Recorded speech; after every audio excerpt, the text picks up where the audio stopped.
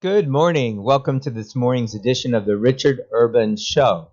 I am your host, Richard Urban, coming to you from historic Harpers Ferry, West Virginia. Today's show is Stop All COVID Shots Now. So I'd like to share some information that pertains to this topic now. I'm on the urbanlifetraining.org site. 8 facts about forced vaccination in West Virginia. This is very relevant for the current discussion about stop all COVID shots now, although COVID is not one of the required vaccines for school attendance in West Virginia. The general discussion is very relevant, not just for COVID, but for medical freedom and all vaccinations.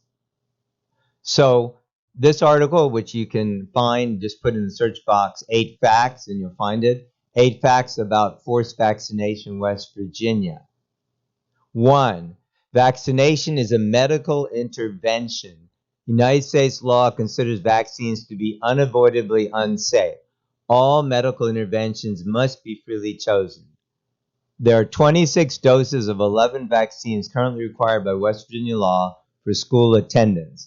The VAERS database has cumulatively recorded 60,396 serious adverse reactions requiring hospitalization and 6,913 deaths nationwide for these vaccines, with the actual figures being 10 times, 100 times greater due to under and misreporting. That means 600,396 to 6,300,960 adverse reactions and 69,130 to 691,300 deaths nationwide. The vaccine court has awarded $4.2 billion in compensation for vaccine injuries. No randomized controlled studies have ever been done comparing vaccinated and unvaccinated populations. No one has presented scientific data that proves that any given vaccine is more beneficial than harmful. I bet you didn't know that. A recent analysis has proven that the DTP vaccine, used in the United States until 1996 and still in use throughout the world, is more harmful than beneficial. Dr. Peter Abe, a world-renowned researcher, states, "I think it's important to recognize that no routine vaccine was tested for all the effects on mortality in randomized trials before being introduced. I guess most of you think that we know what all our vaccines are doing. We don't." Point number 2, the vaccine industry is fraught with conflicts of interest. Doctors who are members of the American Medical Association or the American Academy of Pediatrics have an inherent conflict of interest. They belong to associations that oppose any non-medical vaccine exemptions. At the same time, they make money by vaccinating their patients. Pharmaceutical companies and medical associations give donations to both local and national candidates. Pharmaceutical companies generate $50 billion in sales. $50 billion in sales from vaccines, up from $750 million in 1986, before federal law stopped individuals from being able to sue pharmaceutical companies, an increase of 67 times. State mandates ensure a steady stream of income for pharmaceutical companies, no advertising needed. Julie Geberding, now Executive Vice President of pharmaceutical giant Merck, she has actually moved on from that position now, was director of the Centers for Disease Control, the agency responsible for overseeing vaccine safety and recommending vaccines from 2002 to 2009. So go figure. She's the executive vice president of pharmaceutical giant Merck, but she was at the CDC director from 2002 to 9. That's not a conflict of interest, is it? Oh, no, of course not. 3, all vaccines are not created equal. West Virginia mandates 1 vaccine for non-communicable disease, tetanus. 1 vaccine is for disease related to poor sanitation, drug use, hepatitis A, and 2 vaccines for disease not communicable in the traditional sense, rather by sexual activity or IV drug use, hepatitis B, or by mucus spread by kissing or very close prolonged contact, meningococcal. Yet we are told that all vaccines are equally required. Why? Whose best interest does this serve? For example, the DTaP vaccine has the highest number for serious adverse reactions causing hospitalization, 20,228 reported cases, translating to to 2 million actual serious cases due to underreporting. The number of reported deaths is 2,979, translating to 29,000, that's nationwide, 790 to 297,900 actual deaths. That's deaths from the vaccine, not tetanus or diphtheria, which are extremely rare diseases these days. Yet before the vaccine, there are only 2, count them, 1, 2 diphtheria deaths nationwide per year. Why does West Virginia require this harmful vaccine? So go figure, there were 2 deaths from diphtheria due to this vaccine. There's somewhere between 202 to 2 million serious cases, 29,790 to 297,900 actual deaths. Crazy, but there are only 2 deaths from diphtheria. Who does that benefit? Maybe giant pharmaceutical companies, do you think? Number 4, 46 states allow non-medical vaccine exemptions, and 100% of these states have better public health indicators than West Virginia. West Virginia ranks last in public health and 39th in infant mortality. Autism, a previously almost unheard of diagnosis, has skyrocketed from 1 in 2,500 children in 1986 to 1 in 36 in 2016. Even higher now, 1 in 30, an increase of 69 times. Over 60 studies show a link between vaccination and autism-like symptoms. No, that's not a conspiracy theory. Hello. 1 in 6 children has a developmental disability. No, that's not a conspiracy theory. Hello. West Virginia has the highest developmentally disabled population in 50 states. So go figure. We force vaccinate all our school children, and then we have the highest developmentally disabled population in 50 states. Just a coincidence? I don't think so. The United States ranks 45th in infant mortality, with 1 being the best. For example, only 2 of the 13 provinces and territories of Canada have vaccine mandates, and all allow exemptions. Yet Canada has a lower infant mortality rate than the United States. Sweden, with no vaccine mandates, is number 3 in infant mortality, not number 45 like the United States. Japan has no vaccine requirements for children entering preschool or elementary school. It is number 2 in infant mortality. 5, parents, not the West Virginia government, must decide what medical interventions are best for their children.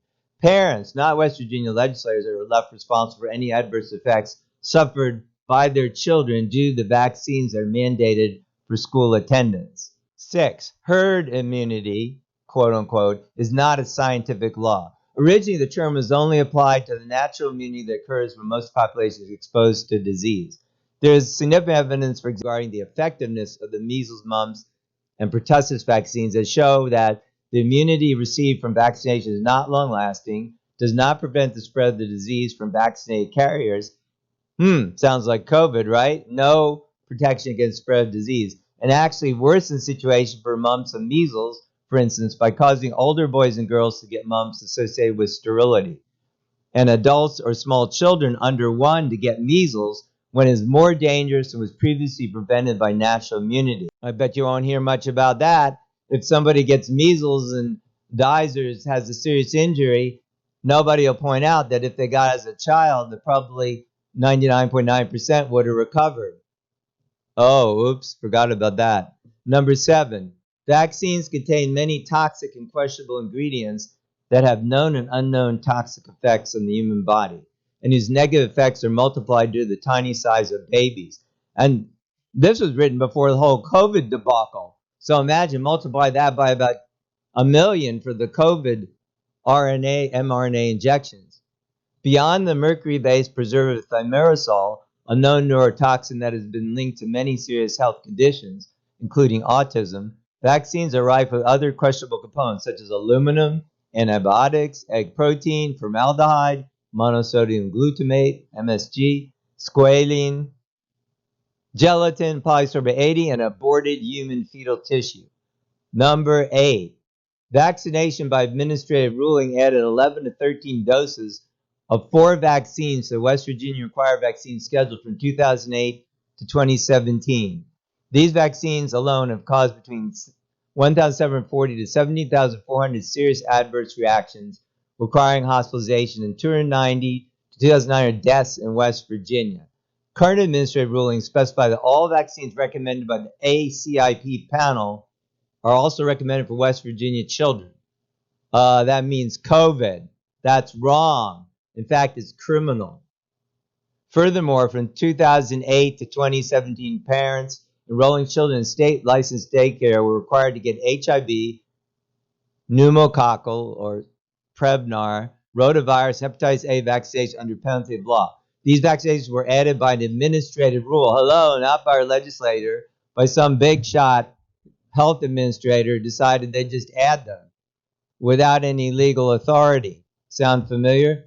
Were subsequently removed, but could be added again. This situation in itself begs the question, how can it not provide vaccination exemptions for religious and conscientious reasons when an unelected bureaucrat could cause tens of thousands of extra doses of vaccines to be administered under threat of law with absolutely no recourse available to parents? Hello. So this year, a good bill was passed in the Senate and the House. Some traitors, I guess, or conflicted people, let's call them conflicted House members, trashed it, and we did not get, although the Governor Morrisey, and by the way, kudos to Governor Morrisey for giving the executive order that now the state will offer under our religious freedom bill. It should have already offered, but Big Jim, or some call King Justice, said no, no, no. He seemed to be in bed with WVU Health or Big Pharma about not having, he vetoed our very watered down bill the last legislative session, but it still didn't pass this session. That means there's entrenched conflicts of interest going on. What I gave is thoroughly backed up. You can go on our website, urbanlifetraining.org, and see all the references. But these associations, like the people from the American Academy of Pediatrics or American Medical Association, say, oh, West Virginia has such wonderful vaccine laws. We're so healthy. When in fact we're 50th, when in fact we have the highest autism developmentally disabled child rate, when in fact we have one of the highest infant mortality rates. So these people are full of, okay, you fill in the blank. And they're making stuff up out of thin air. I'll tell you what it's about. It's about conflicts of interest and making money. So let's look at one more article that I did previously. It's a brief that is really instructive about why we have to stop all COVID shots. This last article I read is about the general principles of no forced vaccination. And of course, that applies to the COVID shots. On our website, I have like 25 articles and shows on COVID. You can look for them if you go to the Richard Urban Show at visionroot.org. You'll see a link to the Great Fraud, the COVID-19 Agenda, but I have many, many other articles subsequent to that. Actually, that series kicked off our show in 2020, the video version of it, and we've been going ever since. So I thank you for your viewership and listenership on podcasts. So let's check this article. Again, we're here at urbanlifetraining.org. This is my Richard Urban Show number 121. If you'd like to listen to it or watch it. Stop the COVID bioweapon shots now. I won't play that right now, but I'd like to read the summary. Up to February 17, 2023, VAERS, that's a Vaccine Adverse Events Reporting System, reports 34,478 deaths and 282,890 serious injuries requiring hospitalization from COVID shots. Of course, that's increased now. At a modest 5 times under reporting rate, that is 172,390 deaths and 1,414,450,000 serious adverse reactions. Yes, that's right, 1 million. And that's a modest underreporting. People say it's anywhere from, 10 to 100 times. And we've only doing 5 times here. What? Data released from Pfizer that Pfizer wanted to hide for 75 years shows that of the 32 pregnancies they knew the outcome of among women in the jab trials, that'd be the COVID mRNA jabs or shots, 87.5. Hello, this is a factual, actual number. Look it up yourself if you're skeptical. 87.5% of those shots where the women became pregnant resulted in the death of the fetus or neonate. Incredibly, no outcome was provided for 238 other pregnancies in the bioweapon shot trials. Why not? So 32 people, almost 100%, were aborted of these women, and they still say pregnant women should get the jab. What? That's like murdering people. It is murdering people. These babies are aborted almost 100% of the time. And other studies now show a 1/3 reduction in successful pregnancy among women who are jabbed. So they also support this. How could they be so irresponsible and so conflicted that they didn't even bother to check with the other 238 women? Oh, maybe they didn't want to know that 87.5 or almost 100% of them, their babies were aborted. For children, a hospital in Canada reports 100 times increase in myocarditis from 2 cases per year to 27 cases in 6 weeks. So you've noted that during the COVID jabs and since the COVID jabs, many people just suddenly die. Like they'll be sleeping at night, a perfectly healthy, and it affects more African Americans. A perfectly healthy person, maybe say 20 something, 21, 2, 3, whatever. They're sleeping at night and then they die in their sleep. Oh, that's normal. Sure, it happens all the time. No, it doesn't. That's caused by the COVID jabs, very likely. Of course, you'll never hear about that, will you? I mean, on some alternative media, you will. So, the conclusion is stop the bioweapon shots now, which is the title of today's show. Stop all COVID shots now. Now, RFK Jr. is saying stop them for children. Absolutely stop them for children. There's absolutely zero benefit, but stop them for everybody. Hold those accountable from Fauci and the developers of bioweapon to those who created the shots, to all those profiting from and distributing the shots. In conclusion, all COVID shots should be stopped now. And as I was saying, there should not be forced vaccination in West Virginia or anywhere else. We really need our legislators to get unconflicted and look at the facts. None of them would be getting donations from pharma, would they? If they look at my 8-fact sheet, if they don't believe it, I like any of our legislators who deep sixth and vetoed the freedom of choice for exemptions for parents.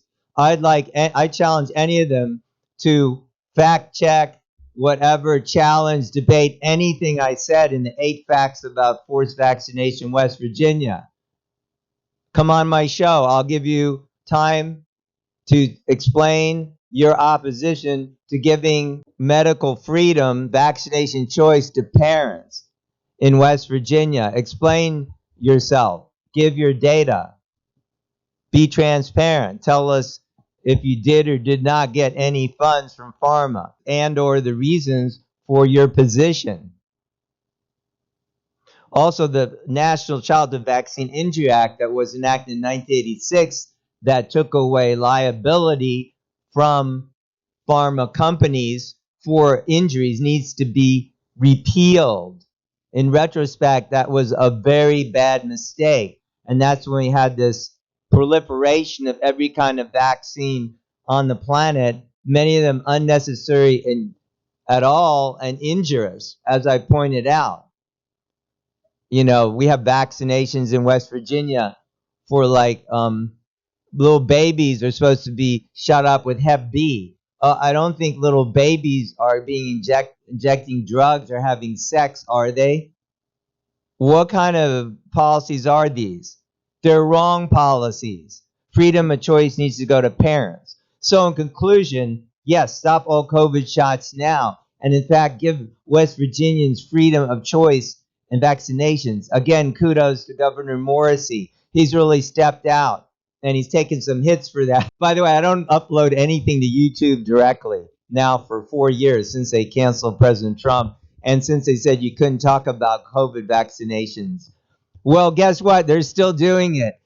my thing is like auto uploaded there because it used to be my podcast was on Google Podcasts, and then they got rid of that. So they sent me an email saying, "Hey, you want to put it on YouTube?" I said, "Sure," because I don't have to do anything. Can you believe my podcast? By the way, I usually don't have 1 million views, but anyway, however many views I have, they deleted the podcast giving congratulations to Governor Morrisey. That's how biased the Google is. So if do not use Google search. I like Mojik. There are many other search engines. I like Ecosia. I like Start Page. I like Mojik, Mojeek. Depends what you're looking for. But on Mojik, you're going to find, unbiased. If you look for something, they're not going to spin you up a bunch of crap like Google. Go ahead and try to find out anything about what I'm talking about on Google. You think you're going to find proper information? Maybe on page 500 you'll find something. Get off of those search engines. Get off of Gmail. Why should they be scanning all your mail? Use some other service. Host your own. Use Proton Mail. Point is, stop all COVID shots now and give freedom to parents to choose. This is the age of freedom, and we are going to make it happen. Thanks for listening. My name is Richard Urban. I'm your host. And do check out unionstation.love, the site for finding your eternal match, as well as urbanlifetraining.org and visionroot.org. Be blessed, and we'll see you next time.